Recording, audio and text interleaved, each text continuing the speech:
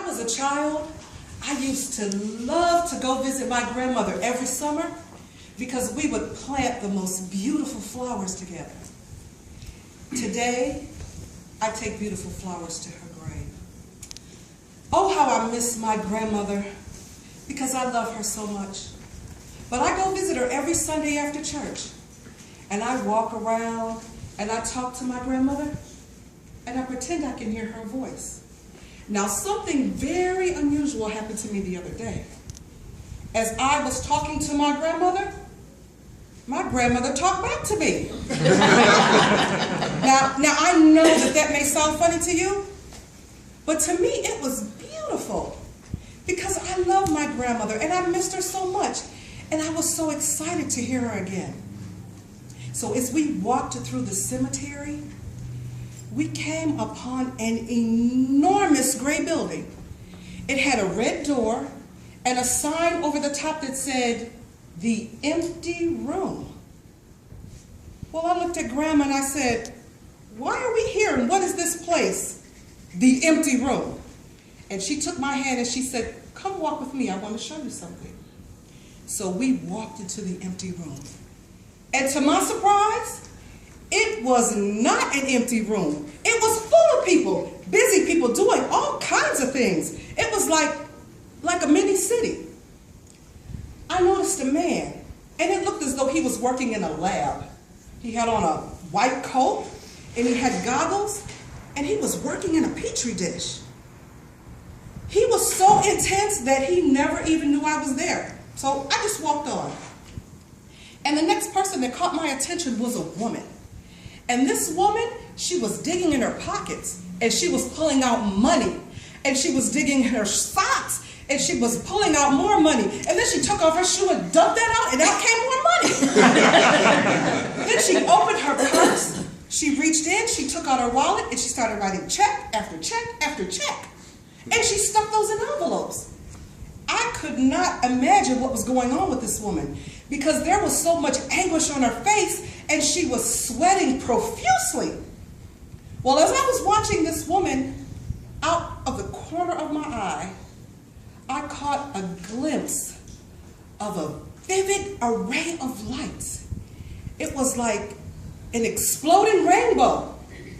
And as I turned to see what it was, I saw a man. And this man was painting a mural.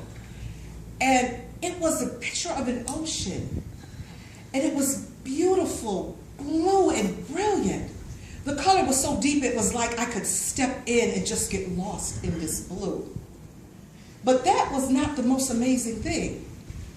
There was a red that was a ferocious, fiery fireball that set out on the horizon. But as I looked at this man more closely, I recognized that this man had no hands. Oh, I said, Grandma, what kind of place is this? It's called an empty room, but it's obviously not empty. And why are we here? Grandma looked at me with those soft brown eyes, and she said, "This place is called the empty room because people come here when they have not completed their mission on earth." You see the man in the white coat, he had the cure for the common cold, but he dropped out of college. And today we are still looking for the cure.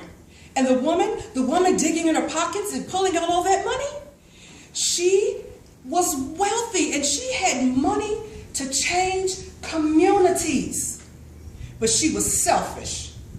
And she kept that money to herself. And now as we look around, we see desolation. And the man with no hands, he was blessed with this gift from birth. But after he lost his hands, he lost his hope. Oh, he still had the gift.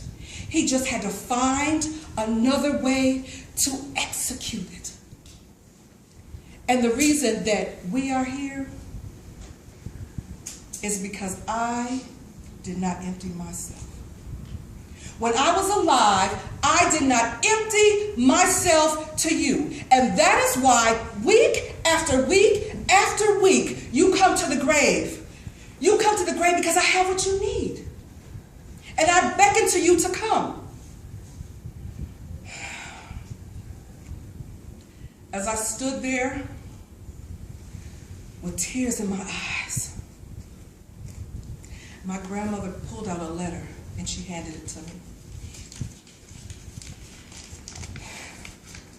And it says, you have the ability to change the world, but you must empty yourself. You must live the purpose for which you were created to live. As I turned to say something to my grandmother, she was gone. But I stand here today on purpose, and I say to you, and to you, and to you, and to you, empty yourself so that you don't have to go to the empty room. Empty yourself so you don't have to beckon from the grave. Empty yourself so that through your life, others may be full. I say to you, empty yourself. Mr. Toastmaster,